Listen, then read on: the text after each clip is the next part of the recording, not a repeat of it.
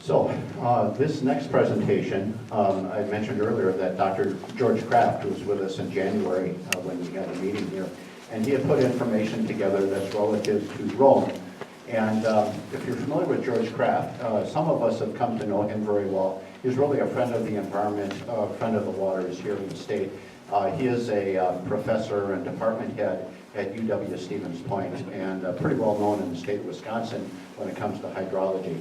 So I'm going to do my best to to speak his piece, and we'll see what kind of a student I am. So this first little map was actually done by Bob Linke, who lives on Lake Sherwood here in Rome. When he heard about the CAFO, he wanted to put something together that demonstrated just how close this was to our community. I mean, honestly, for some of us, when we first got involved 4 years ago, I could not have told you where the town of Saratoga was. I didn't realize how close it was to us, and we've come to understand that now. So Bob put this together so that we would all understand just how close we are to that proposed CAFO. And as John pointed out earlier, it follows along the county line. So here's the town of Rome immediately below it, and here is our lakes community. It's pretty close. So as George describes it, this is Wisconsin as it existed probably in the early 1900s. And originally it was Glacial Lake, Wisconsin that melted, and it actually created Wisconsin Dells. It was a huge, huge lake, and it left a large deposit of sand, and that's where we live. We live in sand country. So early settlers cut down some of the pines, and they tried to farm it. And I think Christy mentioned it in her video. They were not successful. You can't really, there's not enough nutrients in the sandy soils to farm it. So George explained that the Wisconsin River was really one of the early indicators of our water pollution issues here in Wisconsin. And the Wisconsin River has been called a workhorse for the state. At one time, I think there were 21 paper mills along the Wisconsin River. And so, as George points out to us, there were some severe problems. This is 1969. This is, if you can't read it back there, it's called a floating sludge mat. And this is the Wisconsin River, just up from where we're located right now. Here's a fish kill that was shown in the Wisconsin River, again back in 1969. The important thing about that is, if you remember the EPA when it was first formed, and when they first orchestrated the Clean Water Act, that was in the 70s. And that's when they put requirements on industry in order to clean up some of the rivers. You might remember the Cuyahoga River in Ohio actually burst into flame back in those days. So industry was taken to task, and regulations were put in place to monitor and control what they do. So then George talked about the advent of high-cap wells. This started after World War II, started in about 1950, and what some farmers discovered in the flatlands we have here, if you pour enough water onto the soil and you throw enough fertilizer at it, you can actually grow crops here. Today, 19% of the canned vegetables consumed here in the U.S. Come out of our Central Sands area. But there's a price to pay. Here's Long Lake in Waushara County. And Long Lake, as you can see, has got some properties around it, and there's not much water left there. They were circled by high-cap wells, and so they paid the price for that. Here's a Little Plover River, the most studied river in Wisconsin. There have been like 3 studies, formal studies paid for by the state in the past 30 or 40 years. And you can see it's dry at this point. So here's our town of Rome. This little circle, this is 14 Mile Creek, in case you can't read it back there. Our lakes are along here. Here's Camelot and Sherwood, and then there's Arrowhead across from Highway 13 from us. This orange line, I know it's difficult to see in the back, but this orange line represents the Central Sands region. And it's all of or part of 6 different counties. And again, this was Glacial Lake, Wisconsin, the one that drained and created the Wisconsin Dells at one point. The other thing I want to point out to you is that this is called a divide, and I'm going to show you one of his slides. This divide here, water tends to run this direction. At this side of the divide, from this side it runs to the other. So here it runs to the Wisconsin, here it runs to, I think it's the Fox River. So here's our town of Rome, and this red border here is our township. So here's the Peaton Well. Up here is 14 Mile Creek, and our creeks up here, I don't have the slide aligned right, but up here is a 10 Mile Creek that we've heard so much about in the town of Saratoga that's at risk. So a couple of things I want to point out here. If you follow this watershed, there are two tributaries that feed into our lakes. Here's Lake Camelot up here feeding into Sherwood. Then it goes across the highway, and this is Lake Arrowhead. So what it's really showing here is a stream bed, not the full path of the lake. But here's an interesting thing. I looked back in history, and I looked at the DNR website, and what I found about the two streams that feed in, this is 14 Mile, which we all know about. This is Spring Branch Creek, which fewer of us know about, and actually I didn't know much about, but it originates up here, actually in Portage County. And it used to be a 25% feeder, I guess is the right term for it. 25% of the water in our lake systems came from Spring Branch, and 75% then came from 14 Mile Creek. Today, this is an intermittent stream. I've seen water in it twice in the 12 years that I've really paid attention. So what's happened is that up here with a lot of agriculture, that Corner Depression evidently is having an effect on Spring Branch Creek. So, we still get sufficient flow from 14 Mile, although, certain years we've had some issues. So this is George's slide, and I'm going to interpret it as best as I can. I mentioned that surface water divide when I showed that map earlier, where it showed there was like a hilly region, and then the water went off to the west in one section, to the east in the other. So this is a depiction of that. So here is our groundwater. Here's our water table. So this could be a stream. This could be 10 Mile, it could be 14 Mile Creek. This might be another stream or river. The confining unit would be the base, which would be like gravel or a rock base that contains the water. And so here's our groundwater. So if you look then at our town of Rome again, right here, and here's the groundwater divide that I just showed in that little picture. This is a depiction of the flow of water, and it really relates to how the land kind of flows down to the Wisconsin River here. So if you look at the general direction of the water flow, it is westerly and southerly. So water is flowing in this direction into our town. And it'll give you a little bit more detail. This is a more detailed map, and again, you can kind of see the direction of the water here into our lake area. So as George describes it, there are two potential water concerns regarding agricultural development in our area. And the one has to do with quantity, and the other is quality. So under the standpoint of quality, here's the given, and this comes from George Kraft. These are all his slides, so I'm just trying to repeat what he said. He said it's a given that pumping lowers water levels, and it's also a given that pumping reduces stream flows. So where you have high capacity pumping, your streams are going to be reduced, your lakes could be reduced, and your private wells could also be reduced. So John mentioned earlier this Corner Depression, and so I pulled this slide out just to give you an idea. This is without high cap wells, and this is with high cap wells. So what it shows here is, this is the land. There are some private wells here going down into the water table, and so, under normal circumstances, it's pulling up an amount of water that does not exceed the recharge into that water table. Down below then, if you introduce a high cap well with the irrigation, that's what this shows here, the Corner Depression then takes water out of the water table in a, the closer to the well, the more water it takes out. And as you get further away, then it can affect other wells. Wells might go dry.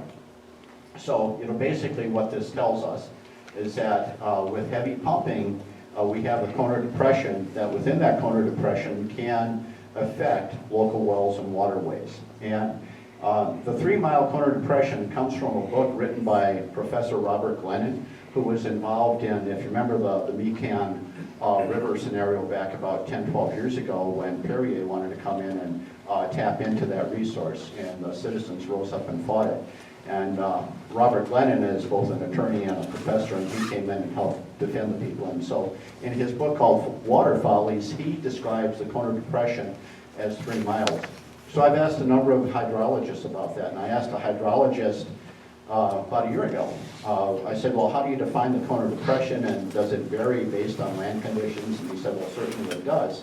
And I come from the Waukesha area, and he asked me, he said, well, where are you from? And I said, well, I'm from Waukesha. He said, did you have your own well there? And we did. And he said, you know that the Kona Depression, from the cumulative effect of Waukesha, extends all the way up to Fond du Lac. I think that's about 40 miles or so, isn't it? So, I mean, that's an example of the Kona Depression. And I've asked other people about it. And depending on the soil conditions, the 3 miles can be a reality.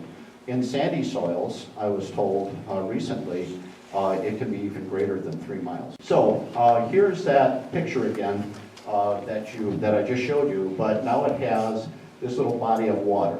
Think of this as a lake.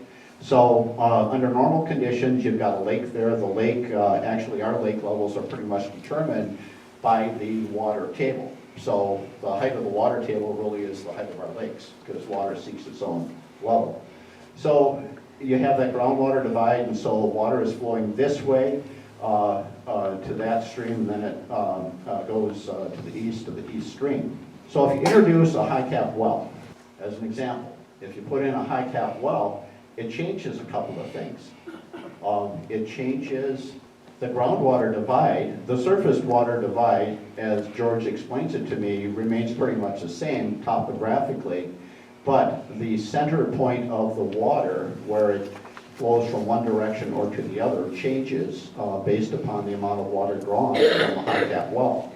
So it changes the groundwater divide, or the directional flow of the water, but also it changes the lake level of the body of water, because earlier when you had this, the water table at this level, which determines the lake's level, when you drop that water table, then the lakes drop. And that's why when you see pictures of some of the lakes in Plainfield, you see how they've dropped around the high cap wells.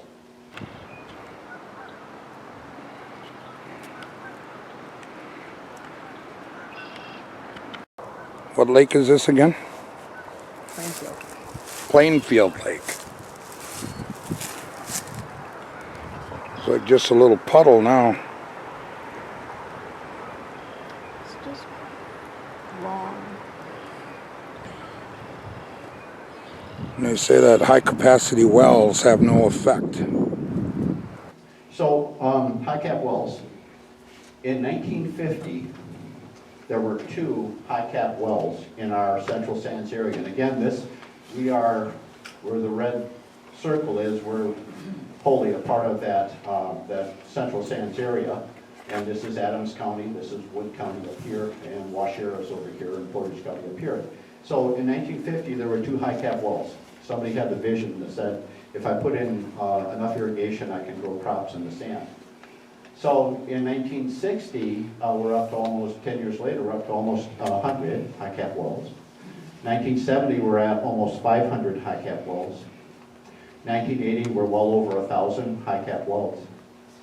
1990, we're almost at 1,500 high cap wells. And a lot of irrigation going on. That's how we get to providing 19% of the canned goods.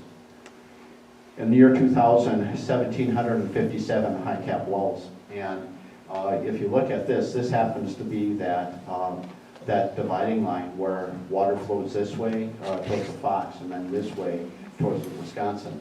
So in 2010, we're up at 2,029 high cap wells. 2013, we're over 2,200 high cap wells. And today, I read somewhere that in our Central Sands area, there are over 3,000 high cap wells today. So if you look at obviously every one of those black dots is a high cap well. And although we don't have a lot directly in our area, if you think in terms of the flow of water, these are all intercepting some of the water that would normally flow to our area. So this is interesting because what it shows, since 2000, the yellow dots are high-cap wells that were added since the year 2000. So every one of these yellow dots is a new well in that 10-year period. Then if you look at the red dots, that's the year 2010 until 2015. There's actually, I think, more red dots there than there are yellows. You can see how quickly the high-cap wells have accelerated in that period of time. And some people say one of the reasons for that is because of all the public pressure to limit this and control everybody's water, there's a hurry on the part of some of the ag people in trying to get new wells in. So these are George's pictures. This is Long Lake in Oasis, which is near Plainfield. Not sure how long ago this picture was taken, at least 10 years, I'm sure. But even then, there were issues with the lake levels. And if you look off here, you can see that the lake is fairly low at that point. Here's a few years later, and so now you've got a lot more shoreline than you used to have. And then this is a picture taken about the time I started taking photos of these lakes was in 2012 and 2013. This is not my photo, it's George's, but this is that same lake in the early 2010s. Let's say it's about 2012. And you can see there's hardly any water. It's basically a marsh at this point. I live on a lake, and trust me, this scares me. Here's another one. This is Patrick Lake, which is south of us in Adams County. In George's note, it says, note the tree line where the water levels were historically. So that's up in here. And you can just imagine that lake must be about 4 feet down. So, and then the little plover. George has been involved in, I know, at least 2 of the 3 studies that were done on the little plover. And so what he's showing is the little plover dried up during that period of 2005 and 2009. With the sheer number of high-cap wells they've had there that cut into this recharge area, the little plover dried up, and you know, fish kills and all of those things that go with it. This is interesting. I attended a meeting in Stevens Point a couple weeks ago, and a new study had been done of the little plover. And in the little plover, or in that study, I pulled this slide out of it. Dr. Bradbury showed us this. And so if you look at these 2 slides, what they did is they modeled the recharge area. This is the Little Plover River right here. This is the recharge area. This is what supplies through groundwater the Little Plover.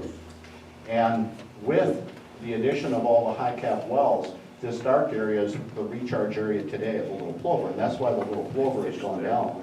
The notes that I looked at the other day from that meeting, they said that the Little Plover has dropped 2 to 6 feet as a result of pumping. So then the other issue is water quality regarding nitrates and pesticides. And George says that our water here is actually quite good. And I think around 350 people last summer or the summer before had their water tested. And the results came back really good. Water, some of you in Rome had your wells tested. Most of those tests were done for the Saratoga people. And what the determination was is that the water was very, very clean and pure at this point. So very little nitrate in it. And as mentioned earlier, the drinking water standard is 10 parts per million. The issue we have with nitrate is primarily from fertilizer and also from manure. And George says that more than 100 pounds of nitrogen per acre can be leached in this ag area nearby. And he also stated that groundwater down gradient, or if you're downstream, let's say, from the ag fields, those levels may exceed standards by 2, 3, and 4 times. And we've seen that. As a matter of fact, I was at a public hearing last week in the CETA about that, the CAFO that's in Armenia. And one of the neighbors of that CAFO was there, and he said that his readings were in the 40s. And he's got 3 kids. They've been drinking bottled water from Walmart for 4 years. So then the other issue is pesticides. And they know less about pesticides. Nitrates have really been studied quite a bit, but pesticides not so much. George says they're frequently present in the groundwater from our central sands types agriculture systems. But he also says that there's no perfect evidence of a large risk, but then there's no perfect evidence that says there is no risk. Simply put, they just don't know enough at this point. And the breakdown products, the residuals, when the pesticides break down, there are other chemicals that they're mixed with. And George says there are no standards for most of these pesticides. We don't know the toxicology of them. And we don't know the effects when you mix some of these pesticides together, what the toxicology might be. And George says it's hard to look for. They don't have the science behind it in groundwater and wells, although most scientists feel that it is a problem. So here's the average nitrates by land section. We're fairly clean up in our area here. So if you're in the gray or the lime green or yellow, you're not too bad. Anything brown or red is high nitrates. You can see that in the big ag areas here, we're pretty good. They did a study in Stockton. The red area here is primarily residential. The yellow ones, these are irrigators, and the tan is agricultural. The black dots are wells, private wells primarily. So if you look at the dots up in the residential area, not too bad. You get into the private homes who are around the ag areas, black dots and red dots are well over the state limit, and there they have issues. And so if you put it to the numbers, anything below 10 on average is okay. Anything over 10 or approaching 10 is an issue. So the upshot, according to George, if you're down gradient of a typical central sands ag development, there will most certainly be nitrate levels in the groundwater 2, 3, and 4 times above the 10 parts per million, the safe drinking water standard. There will most all certainly be some form of pesticide residues in the groundwater. Where they're present, concentrations may be below the standard, but again, the science is not there. The risk perception, he says, is up to the individual because the science can't really prove it today. So in summary, George says, plan on this. If that CAFO comes in Saratoga, the area groundwater levels will be lower and there will be less flow to nearby waterways. And in terms of quality, he said, expect high nitrates in groundwater down gradient of the fields, likely residues from multiple pesticides. And the closer you are to any of those planned fields, the higher the risk of the nitrates.